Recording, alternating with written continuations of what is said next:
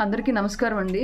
ఈరోజు ఉదయం నుంచి కూడా ముద్రగడ పద్మనాభం గారు జనసేన పార్టీలోకి వస్తారు అని చెప్పేసి వినిపిస్తున్న వార్తకు సంబంధించి కొన్ని వ్యతిరేక స్వరాలు, కొన్ని ఆనంద స్వరాలు వినిపిస్తూ ఉన్నాయి సోషల్ మీడియాలో. దానికి సంబంధించి నా opinion as a Janasena party, అలాగే పవన్ కళ్యాణ్ గారు ఫాలోవర్గా నాకున్న అభిప్రాయం ఏంటి అంటే, పవన్ కళ్యాణ్ గారు తన రాజకీయ ప్రత్యర్థి ఎవరు అనేది నిర్దిష్టమైన లక్ష్యం పవన్ కళ్యాణ్ గారికి ఉంది. రాజకీయ ప్రత్యర్థిని బలహీనపరిచే క్రమంలో తను ఎలాగ బలపడాలి, తనకు ఎదురయ్యే ధిక్కార స్వరాలు ఏవైతే ఉంటాయో, ప్రత్యర్థికి అనుకూలంగా మారే స్వరాలు ఏవైతే ఉంటాయో వాటన్నింటినీ కూడా పవన్ కళ్యాణ్ గారి వైపుకి తిప్పుకొని ప్రత్యర్థిని వీక్ చేసి తను అనుకున్న లక్ష్యాన్ని సాధించడం వైపు ముందుకు వెళుతున్నారు పవన్ కళ్యాణ్ గారు. ఇందులో ఎలాంటి సందేహం లేదు. ఆయన క్లియర్ కట్గా పాలిటిక్స్ చేస్తున్నారు. ప్రజలకి అవసరమైన సుస్థిరమైన స్థానాన్ని ఆయన పొందడం కోసం తను ఎంచుకున్న రాజకీయ ప్రత్యర్థిని వీక్ చేసి ప్రజల్ని పాలించే అవకాశం ఏ విధంగా పొందాలి, అలాగే కార్యకర్తల్ని ఎలా కాపాడుకోవాలి అనే ఇలాంటి అన్ని విషయాలను పవన్ కళ్యాణ్ గారు ఒక నిర్దిష్టమైన లక్ష్యం ఉంది, ఒక దారి ఉంది, ఒక ఆలోచన ఉంది. దాని ప్రకారం ఆయన కార్యకర్తలను కాపాడుకోవడం కోసం అప్పట్లో బీజేపీలోకి పొత్తులోకి వెళ్ళిన తర్వాత కార్యకర్తల్ని ఫైనాన్షియల్గా బలపరచడానికి కానివ్వండి, పొలిటికల్గా సస్టైనబిలిటీ తీసుకురావడానికి కానివ్వండి, అలాగే రాష్ట్రం కోసం ఒంటరిగా వెళితే మళ్ళీ ఓటమి ఎదురవుతుందేమో, రాష్ట్రం ఇంకా దారుణమైన పరిస్థితుల్లోకి దిగజారిపోతుంది కాబట్టి ప్రత్యర్థి ఎవరైతే ప్రజా కంటకుడుగా ఉన్నాడో ఆ ప్రత్యర్థిని దించి ప్రజాప్రభుత్వాన్ని స్థాపించడం కోసం ఎలాంటి ప్రణాళికలు అవసరమో దాన్ని దృష్టిలో పెట్టుకొని టీడీపీతో పొత్తులోకి వెళ్ళడంలో కానివ్వండి, బలమైన అభ్యర్థుల వేటలో నిర్మోహమాటంగా వ్యవహరిస్తూ ఎవరైతే డి అంటే డి అన్నట్లుగా ఢీకొని ఆపోనెంట్ని ఓడించి అధికారం తీసుకొచ్చి చేతిలో పెట్టగలరు అలాంటి వ్యక్తుల్ని ఎన్నుకోవటంలో కానివ్వండి, ఇలా ప్రతి విషయంలో కూడా ఆయన చాలా క్లియర్గా వెళ్తున్నారు. అందులో ఎలాంటి సందేహం లేదు. అందులో భాగంగానే మొన్నటి వరకు కూడా జగన్మోహన్ రెడ్డికి అనుకూలంగా వినిపించి పవన్ కళ్యాణ్ గారికి వ్యతిరేక స్వరాలు వినిపించినటువంటి ముద్రగడ పద్మనాభం గారు కూడా ఒక వ్యక్తి రాజకీయ నాయకుడు, లేదా ఏదైనా ఒక కుల సంఘానికి నాయకుడు, ఒక పోరాట సమితికి నాయకుడు, ఒక ఉద్యోగ సంఘాలకు నాయకుడు, ఒక ఉద్యమ సంఘాలకు నాయకుడుగా ఉన్నప్పుడు అతను నాయకుడిగా ఎదగడానికి, అతని నాయకత్వ లక్షణాలను స్థిరపరచుకోవడానికి, తన వెనకాల ఉన్న వాళ్ళని నమ్మించడానికి, నడిపించడానికి రకరకాల మార్గాలు ఎంచుకుంటారు, రకరకాల దారుల్లో వెళతారు. అది కొందరికి మంచిది అవ్వచ్చు, కొందరికి చెడవచ్చు.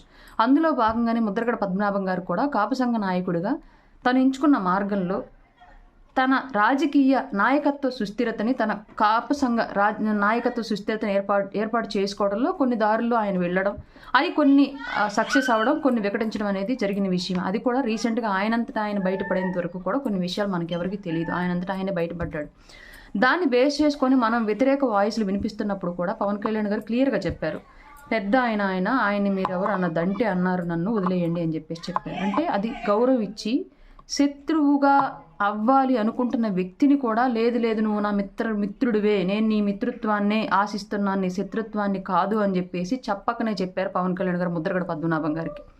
అది అర్థం చేసుకున్న పెద్ద ఆయన, అలాగే కాపులకు జరుగుతున్న అన్యాయాన్ని గ్రహించి కానివ్వండి, లేదంటే రాష్ట్రంలో ఇప్పుడున్న ప్రభుత్వం మీద పెరుగుతున్న వ్యతిరేకతను గ్రహించి కానివ్వండి, మనకి అనుకూలంగా ఆయన రావాలి అనుకున్నప్పుడు ముమ్మాటికి స్వాగతించాల్సిన విషయం ఇది. దీని పట్ల నేనైతే చాలా హర్షం వ్యక్తం చేస్తున్నాను. ముద్రగడ పద్మనాభం గారు జనసేనలోకి రావాలి అని నేను కోరుకుంటున్నాను. దానికి కారణం ప్రత్యేకించి ఏంటి అంటే, వైసీపీ పార్టీ నేడు ప్రత్యేకించి కాపుల్ని టార్గెట్ చేసి కాపుల్లోనే నాయకుల్ని విడగొట్టి కాపుల్లోనే కొత్త పార్టీలు పెట్టించి కాపుల్ని చీలగొట్టి అందు ద్వారా లబ్ధి పొంది, అంటే ప్రజా మన్నలను పొంది గెలవడం కన్నా కూడా వర్గాలుగా విభజించి రాజకీయం చేసి గెలవాలనుకుంటుంది వైఎస్ఆర్సీపీ. అందులో భాగంగానే జేడీ లక్ష్మీనారాయణ గారి పార్టీ వచ్చినా కానివ్వండి, జాతీయ జనసేన పార్టీ వచ్చినా కానివ్వండి, తోట చంద్రశేఖర్ గారు బీఆర్ఎస్ పేరుతో రాష్ట్రంలో బాధ్యతలు తీసుకోవడం కానివ్వండి, ఇలా రకరకాలుగా కారణాలు క్లియర్గా అన్ని దారులు ఎటువైపు చూపిస్తున్నాయి అంటే కాపులను విడదీసి జనసేనకు నష్టం చేకూరేలాగా చేయాలనే ఉద్దేశంతోనే చేస్తున్నట్లుగా నాకు అనిపించింది.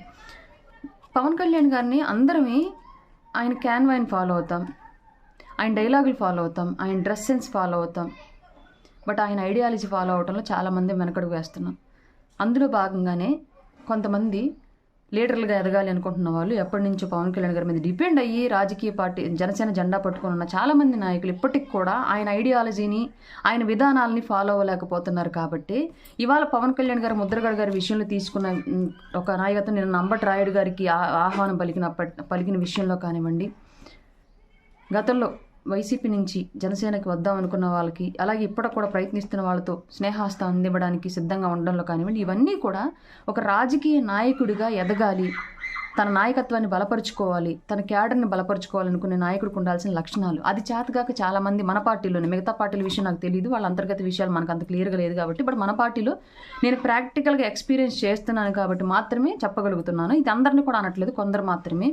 ఒక వ్యక్తి పడట్లేదు మనకి డిఫరెన్సెస్ ఉన్నాయి అనుకున్నప్పుడు క్లియర్గా ఆ వ్యక్తికి సంబంధించి ఎలా కూర్చోబెట్టి సెట్ చేసుకోవాలి, ఆ వ్యతిరేకతని ఎలా మనకి అనుకూలంగా మార్చుకొని మనం పాజిటివ్గా తీసుకొచ్చుకోవాలి, వాళ్ళతో ఎలా సఖ్యత పెంచుకోవాలని ఆలోచించడం మానేసి ఒక వ్యక్తితో విభేదాలు వస్తున్నప్పుడు ఆటోమేటిక్గా ఆ వ్యక్తికి వ్యతిరేకంగా అక్కడ ఇంకొక వర్గాన్ని తయారు చేసి మీరు కొట్టుకోండి అని చెప్పేసి అలా వీళ్ళు నాయకులుగా వెలుగొందాలని చాలామంది ప్రయత్నిస్తూ ఉన్నారు. అది తప్పు. ఎందుకంటే ఎవరైతే మన రాజకీయ ప్రత్యర్థిగా ఉన్నారో అతన్ని ఎదుర్కోవాలి అంటే మనం బలవంతులుగా ఉండాలి, కానీ మనలో మనం ఏర్పరచుకున్న వ్యతిరేకతని ఢీకొనడంతోనే మన బలాన్నంతా ఇక్కడే పోగొట్టుకుని రాజకీయ ప్రత్యర్థి ముందు వీక్గా కనిపించకూడదు. క్లియర్గా ఇది ఏ నాయకుడికైనా రాజకీయంగా ఎదగాలనుకున్నప్పుడు ఉండవలసిన రాజకీయ లక్షణం. అది చేతకాక చాలామంది ఇన్ఛార్జీల స్థాయిలో ఉన్నవాళ్ళు, అధ్యక్షుల స్థాయిలో, మండల అధ్యక్షుల స్థాయిలో ఉన్నవాళ్ళు, ఇలా రకరకాల పొజిషన్స్లో ఉన్నవాళ్ళు చాలామంది కూడా ఒక వ్యక్తి ఒక చోట కొంచెం హైప్ అవుతున్నాడు, లేదా ఒక వ్యక్తి కొంచెం మనలో కొన్ని లక్షణాలు నచ్చక వ్యతిరేకిస్తున్నాడు అని చెప్పేసి అనుకున్నప్పుడు ఆటోమేటిక్గా అక్కడ ఉన్న ఇంకొందరిని గ్యాదర్ చేసి అతనికి వ్యతిరేకంగా ఇంకొక వర్గాన్ని తయారు చేసి పార్టీని బలహీనపరచడానికి మనమే కారకులం అవుతున్నాం. మనలోని చేతకానితనమా, ఆలోచన అవగాహన రాహిత్యమా, లేదంటే మనలో ఉన్న ఈగోని అణుచుకొని రాజకీయ తత్వం నేర్చుకోలేకపోవడం అనే కారణాలు రకరకాలై ఉండొచ్చు. ఏ కారణంతో అయినా సరే ఇలా పార్టీ వీక్ అవ్వడానికి, గ్రౌండ్లో మనం వీక్ అవ్వడానికి, ప్రజల దృష్టిలో మనం బలహీనంగా కనిపించడానికి కొన్ని ఆలోచనలు కారణమవుతున్నాయి. కానీ పవన్ కళ్యాణ్ గారు అలా చేయట్లా.